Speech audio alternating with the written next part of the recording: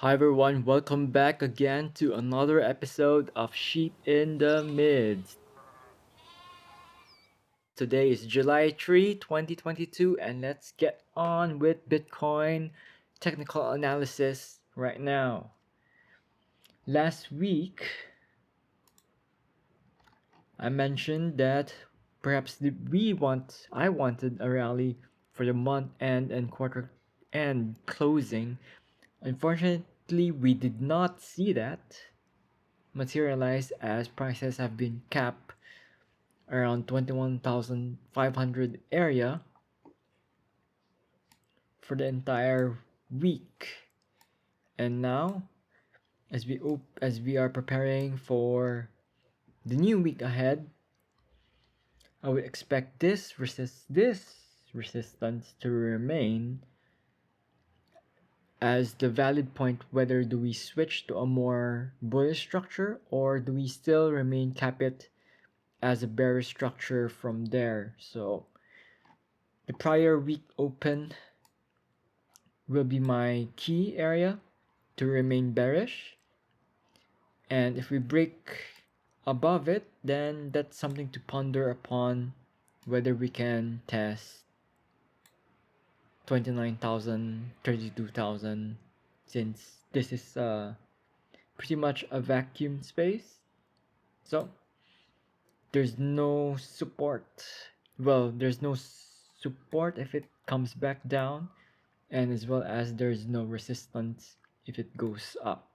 So I don't expect any rally to stay over here, but rather it should continue going up to the next level of interest around 32,000, where a lot of mid, I would say, long-term shorts have been positioned. It's time to either move it down, move it higher, then just go crashing down, or something else changes.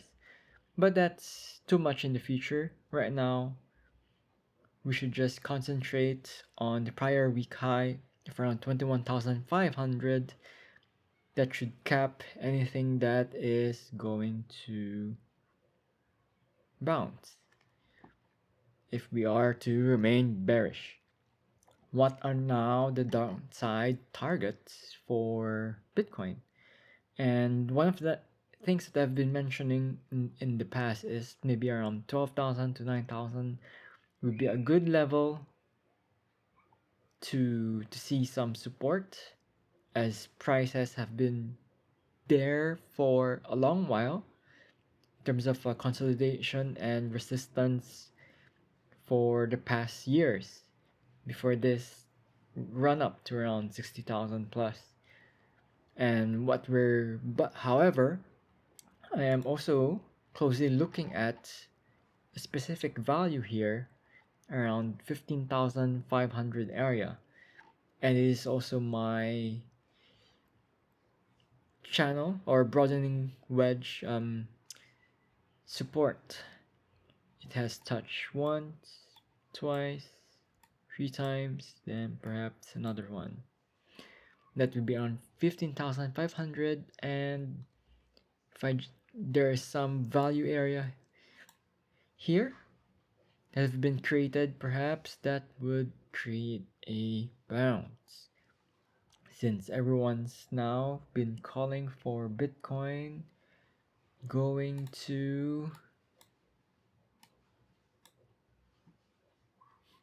let me tell you, from the things that I've seen in Twitter, and maybe you have also seen as well, everyone's are so bearish that they're now calling for, let me see, where is that?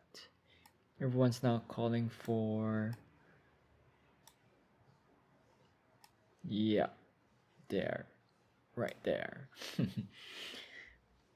Anyway, but we take it one step at a time, and we also have to remain cautious even if we are bearish, and even if the sentiment is still bearish. And why is that? Because from the prior week, we also have taken a look into three different indicators: the MVRVZ score, which is still flashing out a bottoming process, as well as the pool multiple also at the bottoming process still, and as well as the net unrealized profit and loss still in capitulation phase.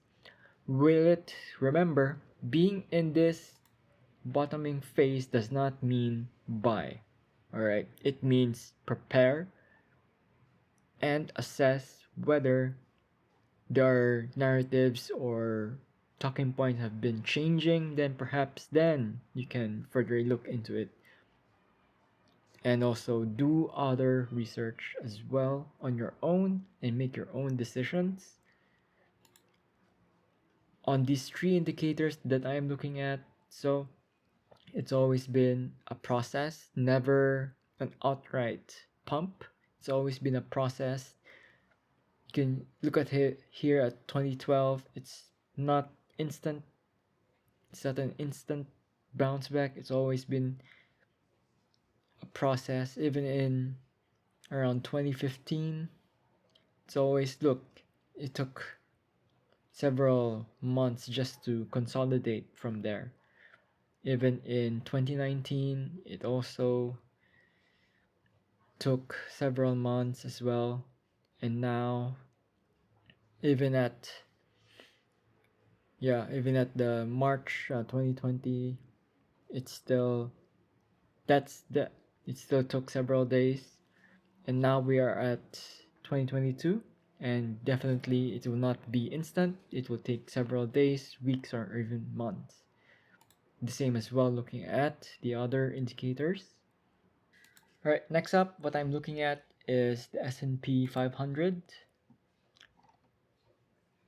So here we are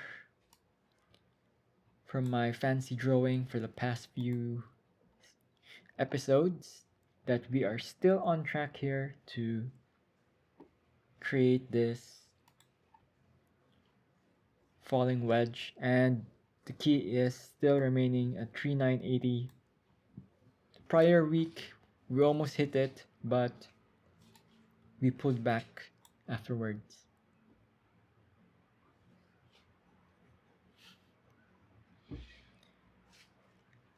So for this coming week, I would expect another retest perhaps, or continue to create new lows, and perhaps targeting my final target, at least for short term, around 3,400 area. That's where I am looking at. Okay, now for the West Texas oil that I'm looking at. Still, one thing that I am want to see is the reaction here below 100, and we have here a lot of trader stops slightly below 94, and if we are going to a recession, then prices, what I'm looking at is really to retest these lows and take out this stops, traders that have stops over here. And so that's what I'm looking at, as long as the levels of around 114 remains roughly. Yep, slightly 114. As long as it's below that level, then I am looking now for at least a retest below 94 and see what is down below. Okay, next is for USDT dominance. We had a fake out above this rising wedge, and now we rallied last week. And let's see now if this will cap any rallies to go down. But then again, let's see how it goes. As one other thing that I am now looking at is the USDC dominance, which if I choose to take a look at it, then there's nothing bearish from it at all. And I'm actually expecting it to go higher now, as long as there's no structure for any breakdown as well. So that's yeah, so that's what I am looking at. So we have now to consider the USDC dominance on top of the USDT dominance. And even if the USDT dominance is showing some bearish moves or bearish structure, we should consider or think as well that the USDC is very strong at the moment. So this one, maybe if it goes bearish, if it breaks down, perhaps that's just a transfer between USDT to USDC. Not meaning, it does not mean that Bitcoin or other cryptocurrencies would gain strength. Yeah, so that's one thing that I am considering as well. So that's something that we need to add in our checklist.